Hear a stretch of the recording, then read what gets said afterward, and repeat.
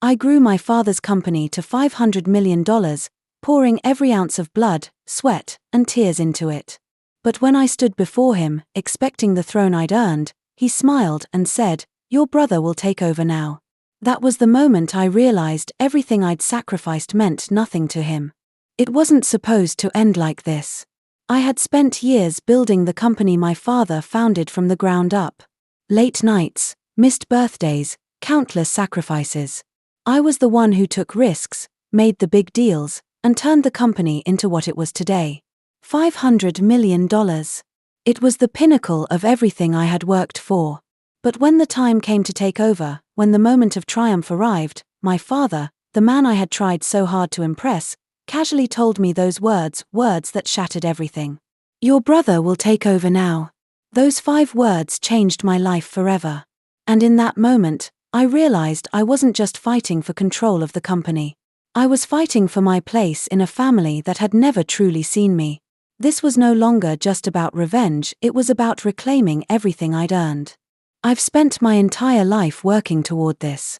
Every early morning, every sleepless night, every moment I could have spent doing something normal was dedicated to building my father's company. Not because he told me to, but because I wanted it. I was always determined to prove to him that I was the one who could take this legacy further than he ever dreamed. I knew I had what it took, even if he never showed it in the way I wanted. I grew up in the shadow of this company, the one my father had started from nothing. I watched him build it brick by brick, never taking a break, never showing weakness. It wasn't that he was unloving, he was just focused. And I admired him for that, even if it felt like I was invisible most of the time. I didn't mind. As a kid, I didn't want his love or approval. I wanted to prove I could be just like him. I wanted to be his equal. That's what I spent every single day doing, learning the ropes, picking up every skill, every business tactic. I was driven, maybe too much so, but I knew it would all pay off in the end. By the time I was in my early 20s, the company was on the verge of something huge.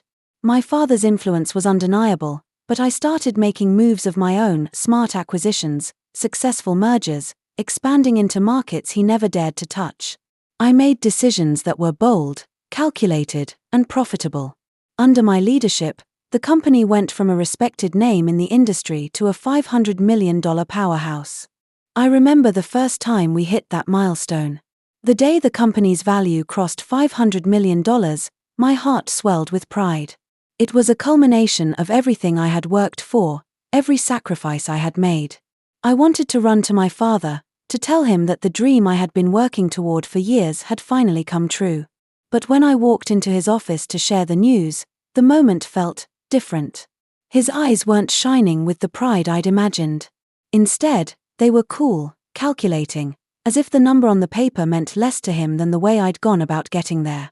"Good work, son," he said, his voice calm, almost detached. "You've done well." That was it. No hug, no congratulations. Just a nod. And I told myself it didn't matter, that I didn't need it. After all, I wasn't doing this for his praise. I was doing it for the company. For the future. For me. But deep down, there was always that small, burning hope that one day he would see me as more than just his shadow. That he would see me as the successor, the one who would take the reins and keep building what he had started. I thought that day would come sooner or later. After all, I had done everything he asked, and then some. I had put the company on the map, expanded its reach, and turned it into something that was thriving. He had to notice that. He had to see that I was the one who deserved to lead. And I was certain that when the time came, he would name me his successor.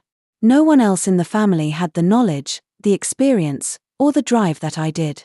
No one else cared about the company the way I did. I had earned it. Or so I thought. But life has a way of humbling you when you least expect it.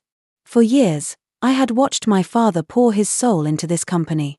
Every decision, every sacrifice, he put it all into the business. But for all of his hard work, there was always one thing he couldn't give me: approval. It wasn't that he didn't care, he just had his own way of showing it. And I would be lying if I said it didn't bother me. I spent my entire life trying to earn his respect. Trying to prove that I was worthy of his trust, of the company. Growing up, I never saw my father as anything but a figurehead, the embodiment of what success meant. He was tough, exacting, and relentless. He was always there, but never really present. And I wanted that. I wanted to be him. The kind of man who could walk into a room and command attention with a single glance. I wanted to be someone people respected. Someone people feared. But as I worked alongside him, I began to understand something. No matter how hard I worked, no matter how much I achieved, it was never going to be enough for him. My father didn't show his affection the way most fathers did. He didn't pat me on the back or tell me I was doing a great job. He didn't say, "I'm proud of you." He just expected it. He expected perfection. And when I didn't meet his impossible standards, I could see the disappointment in his eyes, even if he never voiced it. At first, I thought I could handle it. I thought that if I just kept working harder, kept pushing myself further, he'd eventually acknowledge me. But the more I worked, the more I sacrificed, the more the gap between us grew. I missed my sister's wedding to close a deal. I passed up every birthday, every holiday, every opportunity to have a life outside of the company. I justified it to myself by saying, "This is what it takes. This is how you get ahead. This is how you prove you're worthy." And it paid off. The company flourished under my leadership. We expanded into new markets, we launched groundbreaking products, and we became the industry leader. $500 million. I had built that. I had done that. Every sleepless night, every lonely dinner, every moment I'd spent away from my family had led to this point. And still, it felt like I was chasing a shadow. In private, I'd sometimes wonder if it was all worth it. Was all this effort, all this pain, worth it for a company that never showed me any appreciation? Was it worth it for a father who barely acknowledged my efforts? But no matter how tired I got, no matter how much I questioned myself, I couldn't stop. I couldn't walk away. It wasn't just about the money. It was about legacy. It was about proving to him, proving to myself, that I could do it. That I could take over the company, run it better than anyone else, and finally be the successor he always seemed to want. But the more I thought about it, the more I realized something else. I wasn't just doing this for him anymore. I was doing it for me. I had created something bigger than any of us, something that had the potential to outlast my father's legacy, to shape the future of the company in a way that he never could have. And I believed that once he saw what I had built, he would have no choice but to recognize my worth. He would have to name me the heir to the company, to hand over the reins and let me lead. At least, that's what I told myself. The day the company hit $500 million was the day I thought everything would finally change. It was supposed to be my victory, my moment to shine, the moment when my father would finally look at me and say, "You did it. You've earned it." I had dreamed of that moment for as long as I could remember. It was the culmination of every sleepless night, every sacrifice, every decision that I made in the shadows of this company. This was supposed to be my payoff. But when I told my father, the man I had spent my entire life trying to impress, about our milestone, he simply nodded. "Good work, son," he said in his usual calm, emotionless voice. And that was it. No congratulations. No recognition. Just business as usual. He didn't even bother to look up from the stack of papers on his desk. I felt a wave of frustration wash over me, but I swallowed it down. I couldn't let it show. I had worked my whole life to build this company into something monumental, something that could stand tall next to any of the industry giants. And this was how he responded. 4 years, I had watched him make decisions with authority, decisiveness, and confidence. I had followed in his footsteps, doing everything I could to replicate his success. When he passed me the reins to run the day-to-day operations, I jumped at the opportunity. I was ready. I worked tirelessly, navigating the high-stakes negotiations, securing multi-million-dollar deals, and expanding into new territories that no one thought possible. I built our global partnerships. I negotiated with companies on the brink of collapse, turning them into gold mines. I revamped our product lines, invested in cutting-edge technology, and brought in fresh talent. And still, there was no acknowledgement. No "I'm proud of you" from the man whose approval I craved above all else. For all my hard work, It never felt like it was enough. But it wasn't just about the money or the company anymore. No, as the years passed, I began to feel a much deeper need to prove my worth. I wasn't just doing this for the success of the company, I was doing it to prove I was worthy of taking over. I was doing it because, deep down, I had always felt like I was in competition with my father. And more than anything, I needed to show him that I could handle it. That I could take his place. But the more I climbed, the more I realized that no matter how high I went, the ceiling was always there. It wasn't the market or the economy that was holding me back. It wasn't the employees or the competitors. It was my father. His expectations were so high, so impossible to meet, that no matter how much I achieved, it always seemed like I fell short. I began to think about the moments I could have spent with my family. I had missed so many milestones in their lives: my sister's wedding, my nephew's first birthday, vacations, anniversaries. The company consumed me in ways I never fully realized until I looked back and saw the people I loved slipping further and further away. But despite all the frustration, despite the nagging feeling that I was never truly enough for him, I kept pushing. I had a vision for this company, and I couldn't let anyone, especially my father, stop me from realizing it. I had built it into something great. I had brought it to the heights he could only dream of. But none of that mattered. Because in my father's eyes, it would never be enough until I proved that I could be the leader he had always wanted me to be. So, I kept my head down and focused.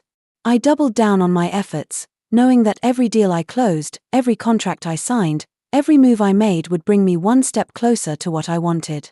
To the day when I would stand in front of him, and he would finally look me in the eye and say, "You did it, son.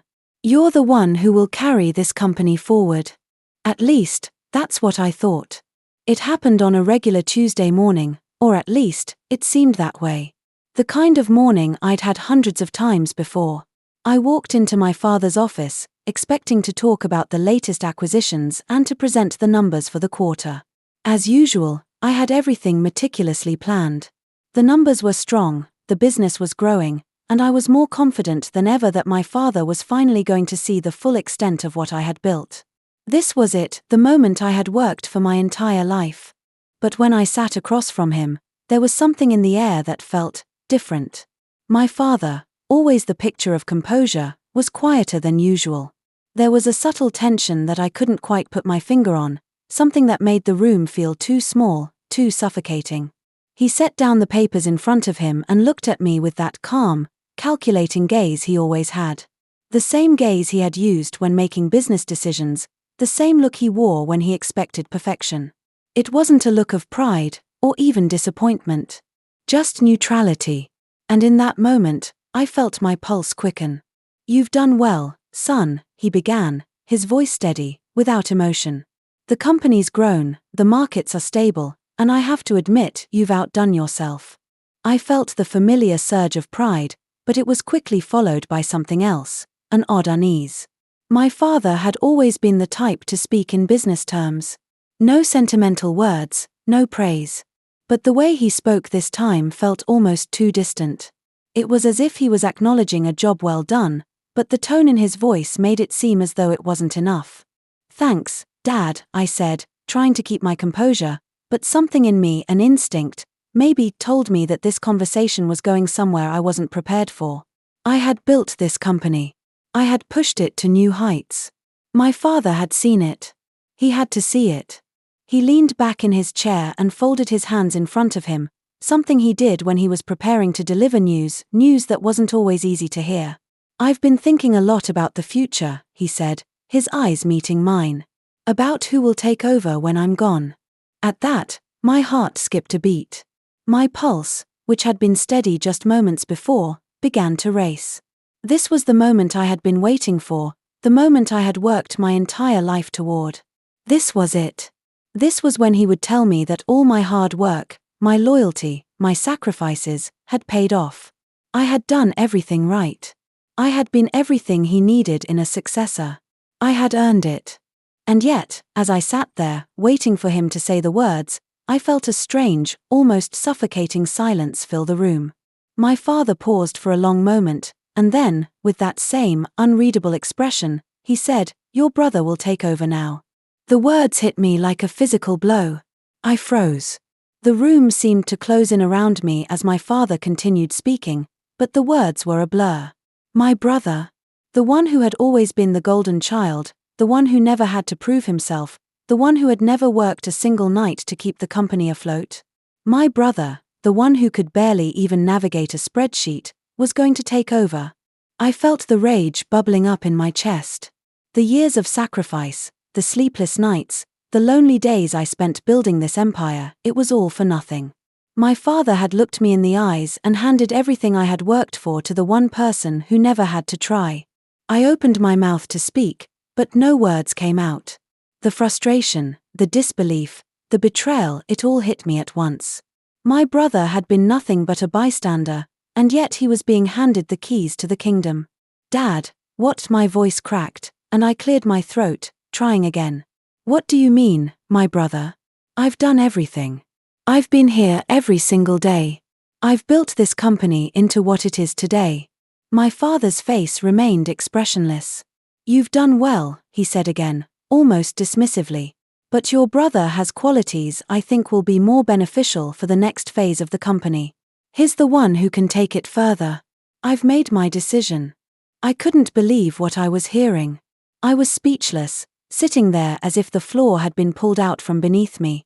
I felt like I had been punched in the stomach, the wind knocked out of me. My father, the man I had tried so desperately to impress, had made a decision that erased everything I had worked for. Dad, you can't be serious, I said, my voice trembling. You can't just hand it all over to him. He's not even qualified. He doesn't know the first thing about running this company. My father's eyes narrowed slightly. It's my company, son. I've made my choice. The words felt like daggers. He wasn't even listening to me. I had spent years striving to be the perfect successor, working tirelessly to prove I was capable. And now, just like that, I was being cast aside. Your brother will take over, my father repeated, almost as if it was a foregone conclusion. You've done well, but now it's time for him. I sat there, stunned into silence. All the years of sacrifice, the deals, the hard work, the late nights, it was all for nothing. My father, the man who had been my role model, my guide, had just handed my future to the one person who hadn't lifted a finger. It wasn't just the company that had been ripped from me. It was my life's work. It was everything I had ever strived for. And in that moment, I realized, I would never be able to let this go. I don't think I truly understood the weight of what had just happened until I stepped out of my father's office. I could still hear his calm voice in my head, your brother will take over now, echoing like a drumbeat that I couldn't escape. As I walked down the hall, past the offices of employees who had watched me rise through the ranks, past the glass walls of the conference rooms where I had signed deals worth millions, everything felt different. Everything felt wrong. I had given up my life for this company. I had sacrificed everything, my time, my relationships, my own happiness, believing that if I just worked hard enough, I'd get what I deserved. I'd always been told that hard work pays off, that perseverance would eventually be rewarded. But this felt like betrayal. My father had always been tough, always demanding more from me, but I had never once thought that he would cut me out like this. It wasn't just that my brother was getting the company, it was the fact that he was the one person who had never been there. He had never understood what it meant to sacrifice, to pour everything into this business. He had never fought for this company the way I had. I remember walking into my office, slamming the door behind me, and standing there for a moment, just staring out the window. The skyline that I had spent years building up to now felt like a cruel reminder of everything I had lost. How could he do this to me? Why didn't he see me? Was I just a tool to him, someone who would work tirelessly to build his legacy, only to be cast aside when the job was done? I wanted to scream. I wanted to throw something.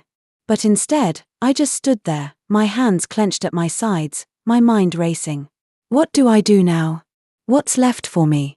The only thing I had ever wanted was to take over this company, to make it my own, to lead it into the future. But now that dream was gone. My father had made his choice, and in his eyes, I wasn't enough. I could feel the anger building inside me. I had been the one who made this company successful. It was my decisions that led to this moment, my hard work that had gotten us to $500 million. I had outperformed every expectation, taken risks, and built partnerships that secured our future. But it didn't matter. None of it mattered. In that moment, I knew I couldn't just walk away. I had spent my entire life building this business, and I wasn't about to let my father's decision dictate the rest of my life. No, I wasn't going to fade into the background. If they wanted to take this from me, I would fight for it. I had worked too damn hard to just let it go. But how? How could I fight back against my father? How could I stand up to him without completely destroying everything I had worked for? I didn't know the answer yet, but one thing was certain: I wouldn't give up without a fight. The company was mine, whether my father realized it or not. I had built it, I had grown it, and I had earned it. And I would make sure that, one way or another, I would have what was rightfully mine. The days that followed felt like a blur.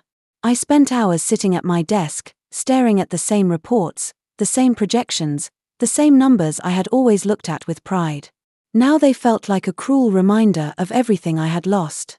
My mind raced in circles, trapped in the same thought: how could I take back what was mine? I couldn't just walk away from the company. I couldn't leave without a fight. The more I thought about it, the more one thing became clear: I needed to make my own way. If my father had already chosen my brother, then it was time for me to prove that I didn't need him to succeed. I had already built the company into what it was. I could do it again. But this time, I wasn't going to play by their rules. I started by reaching out to some of the key people who had worked with me in building the company. I knew I couldn't do this alone if I was going to make a move. I needed people who understood the vision I had. People who believed in what we had created. There were a few key investors who had always supported my ideas, and they knew the value of the work I had done. They knew that I was the one who had pushed this company to its limits, making bold moves and big calls. It was time to show them that I was the one who had the vision to lead, not my brother. I made some discreet calls, arranging meetings with people who could back me, who could help me rebuild the empire I had already created. These weren't just employees, these were the lifeblood of the company, the people who had worked tirelessly to support the strategies I had put into place. I needed their loyalty now, more than ever. But there was one thing that I needed first: information. I couldn't make a move without knowing every detail of the company, every weakness, every opportunity. If I was going to fight for control, I had to be strategic. I began reviewing every contract, every partnership, and every decision I had ever made. I needed to understand the company's inner workings better than anyone else. If I was going to take my father on, I had to outsmart him. I spent sleepless nights combing through documents, making phone calls, and strategizing. I knew that if I played my cards right, if I could leverage what I already had, I could pull the rug out from under my brother. He was no businessman. He was the kind of guy who spent his days attending social events, having fancy dinners, and doing little more than looking good in front of the public. He might have been the chosen one, but I knew I was the one who could actually run this company. But there was still a catch. If I made a move too soon, I risked losing everything. I had to be careful. I had to wait for the right moment, the right opportunity to strike. I needed to be patient. Patience had never been my strength. I was the one who made decisions quickly, boldly, sometimes without waiting for all the pieces to fall into place. But now, I had to play it differently. I had to be patient. I had to let my father's decision play out while I worked behind the scenes. As I worked tirelessly, I began to build an underground network of support. I wasn't going to announce my plans to the world just yet. I wasn't going to make some grand gesture. But when the time came, I would be ready. And in the meantime, I had another task: to continue making my brother's life as difficult as possible. I knew that if I played my cards right, I could expose his weaknesses to the board and the investors. He wasn't ready for this. He didn't have the experience or the knowledge to lead the company. And if I could make them see that, I would win back what was mine. But I wasn't going to just wait in the shadows. No, I had my own plans. And those plans didn't just involve taking over the company. They involved something much more personal. I would show them all, my father, my brother, the entire world, that I was the one who deserved to lead. But first, I had to make sure I was the one who would leave them with no choice. Days turned into weeks, and as I watched my father's company continue to grow under my brother's name, I focused on my own path, one that I would carve out from the very foundation I had built. Every phone call, every meeting, every document I reviewed, brought me closer to the truth. I was capable of rebuilding something even greater than the empire they thought they had taken from me. I would show them all. I would prove that I was more than just the man who worked behind the scenes. I was the true architect of this success. I continued reaching out to key players within the company, the people who had been there with me from the start. Some were skeptical at first, unsure of whether I had the resources or the means to create something outside my father's grasp. But I didn't need their faith in me right away. I needed their expertise, their loyalty, and their understanding. Over time, the support grew. Employees began to reach out to me, offering their help, quietly voicing their discontent with the new direction the company was taking under my brother's leadership. They knew what I had done for the business. They knew that it wasn't my brother who had masterminded the breakthroughs, the partnerships, and the growth. It was me. The more I gathered, the more I realized something. The company might have changed hands, but the people, the real drivers of the business, were still loyal to me. They knew who had created this success. They knew who had been the force behind the company's rise to $500 million. My brother, on the other hand, had been thrown into a world he didn't understand. He had no real understanding of the intricacies of the business. He didn't know how to navigate the corporate landscape, nor did he have the experience to handle the pressure of leading the company into the future. All he had was the name, my father's name, and that was what was propping him up. But it wouldn't last. I spent my time quietly building an alternative. Not another company, not yet, but a force that would rise from the ashes of what I had already created. I wasn't going to let my father's decision go uncontested. I had done everything right. I had put in the hours, the sacrifices, and the hard work. It was my time.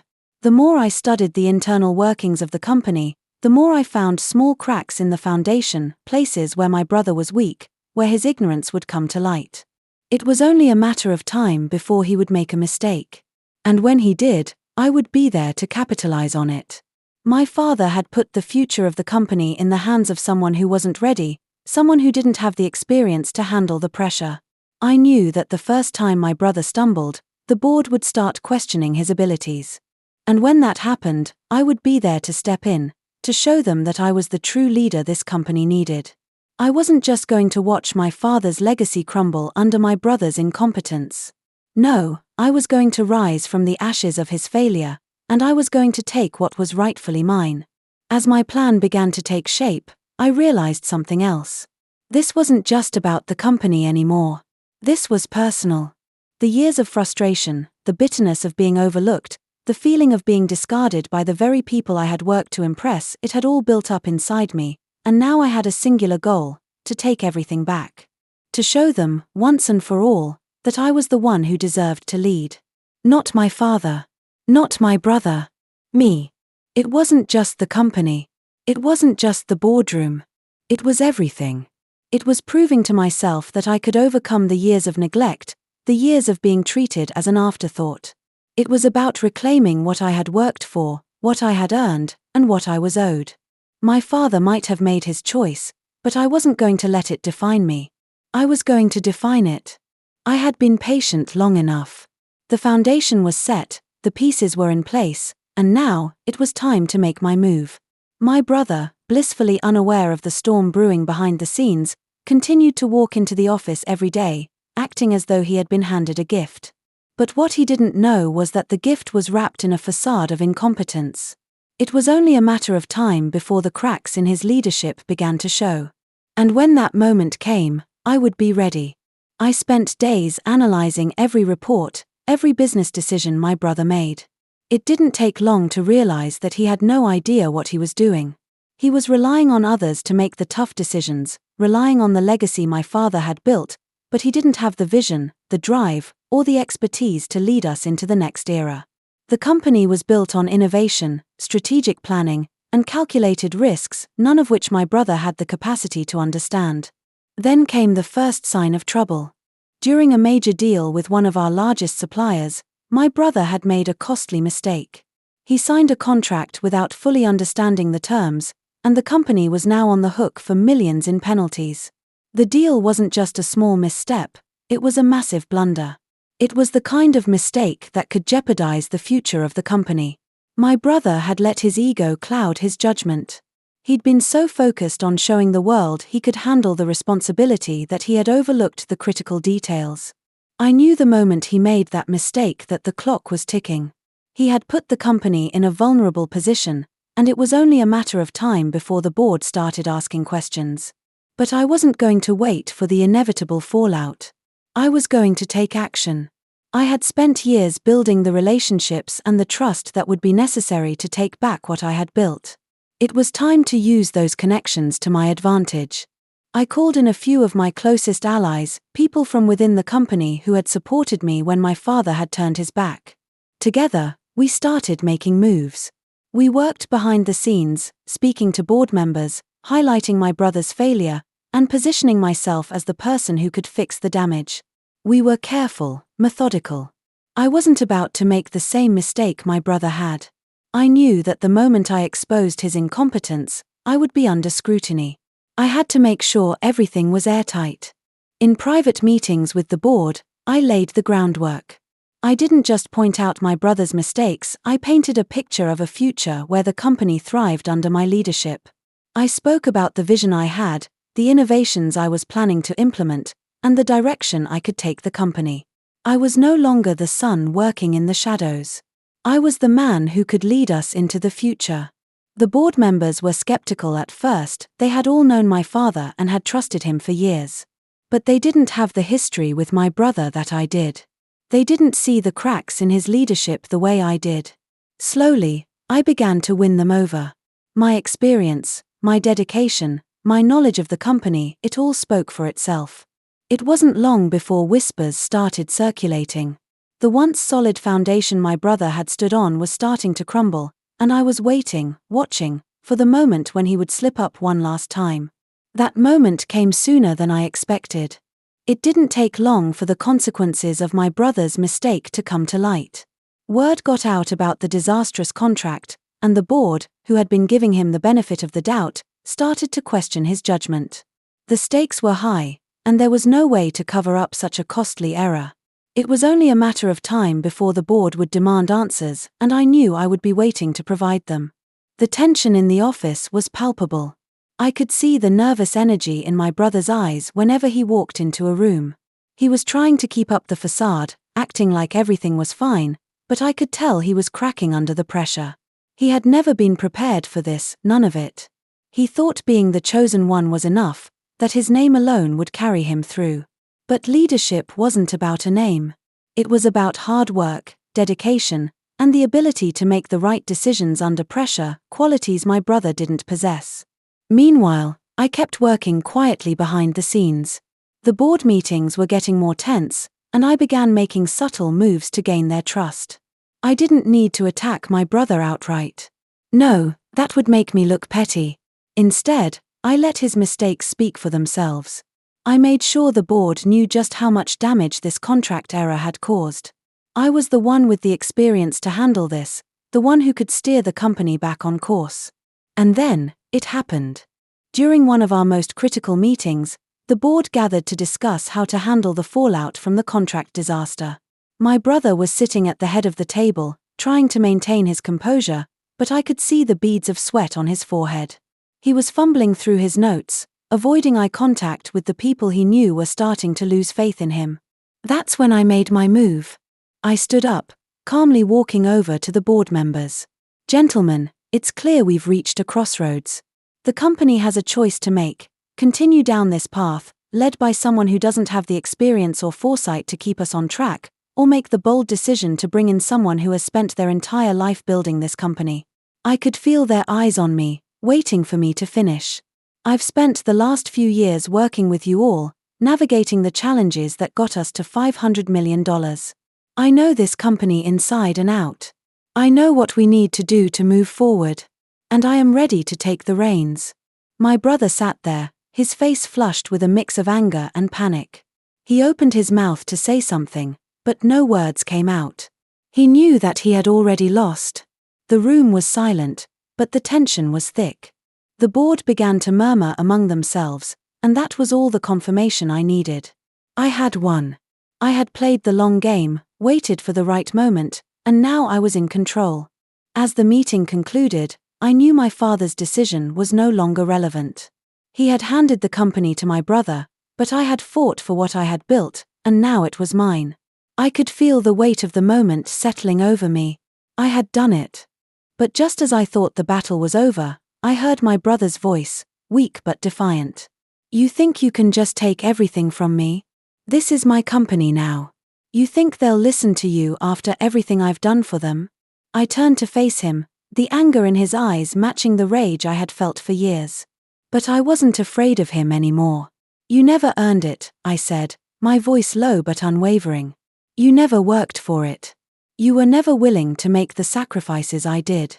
And now, you'll see what happens when you hand over a legacy to someone who doesn't understand it." His face twisted with frustration, and he stormed out of the room, but I didn't chase after him. The moment had come and gone, and I had won. My father's choice no longer mattered. I had proven that I was the one who had the vision, the skill, and the drive to lead this company into the future.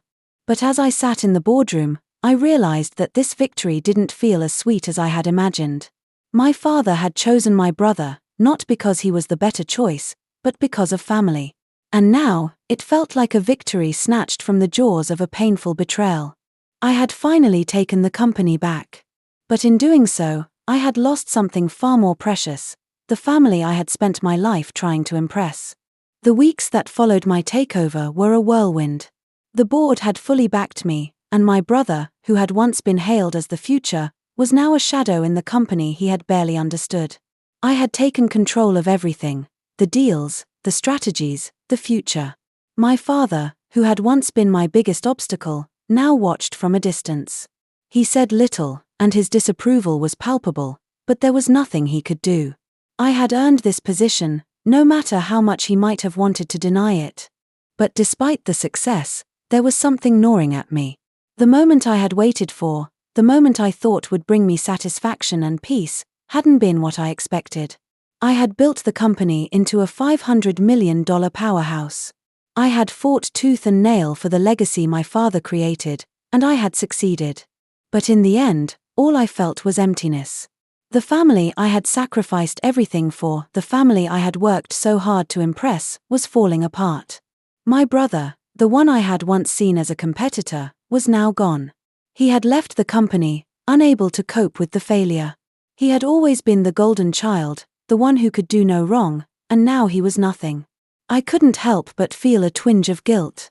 Had I taken it too far? Was this victory worth the cost? My father's cold demeanor made it clear that he was still disappointed in me.